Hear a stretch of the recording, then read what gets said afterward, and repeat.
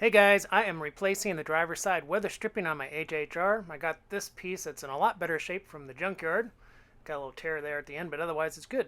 Let's squirt a little Dawn soap there in the tub and get some suds going. Okay, this recipe calls for one driver's side weather stripping. Kind of just let that marinate here for a while. Scrub-a-dub doesn't really seem to be all that dirty. We'll go ahead and rinse it off and let it dry for a bit. We're going to coat it with some Aerospace 303. So as you can see, this is the worst part, which is typical where you're going to wear the weather stripping out first. But overall, the rest of it's actually not in bad shape. Well, a little bit on the bottom. Got this one all ready to install. We got to remove this one first, and actually on this car it's pretty easy. Here's the seam where they come together, and you're just gonna have to pull it out of the channel. Went ahead and put a piece of tape here to show me, just as a guide to where they need to come together.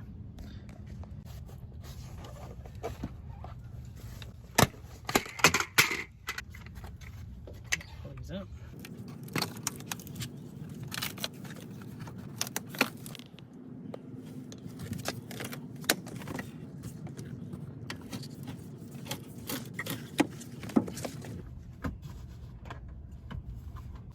I'm going to start in the top corner here. Take your time working it into the channel, and you should be able to, pull back or peel back the trim to get it behind it where it needs to be behind it. And at this point, this is where I realized also a trim tool will help get it in where it needs to go, because the only piece you really need to have to take off is that bottom piece I took off on the door sill. Get yourself a trim tool.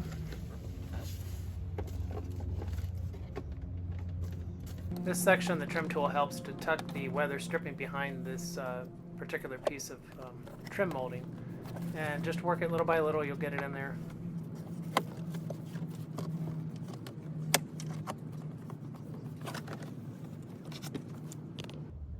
This part goes over this trim, but behind this piece.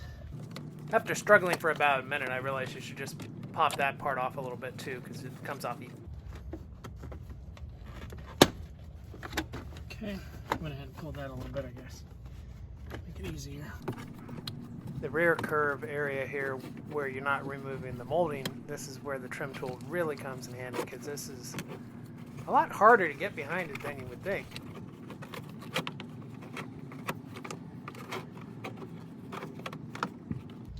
Curve here is the toughest part.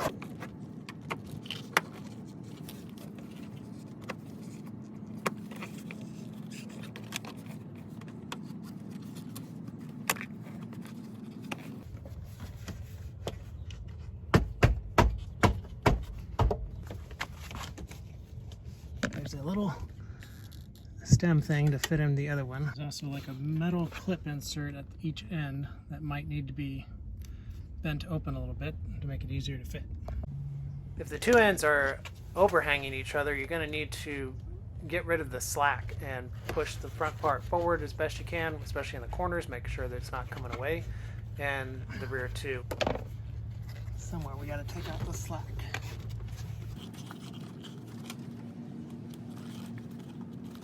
It's not quite as easy as you think. It's way easier to pull it out, that's for sure.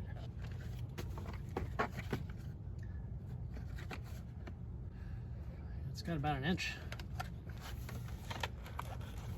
Okay, so I got the pieces together, and we'll just put back the trim.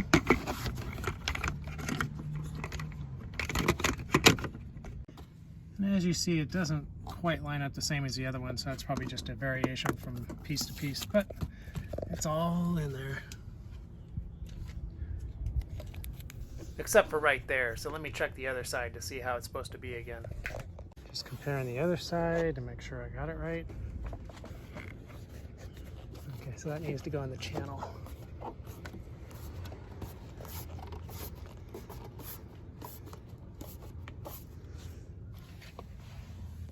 Okay. Better than the old one.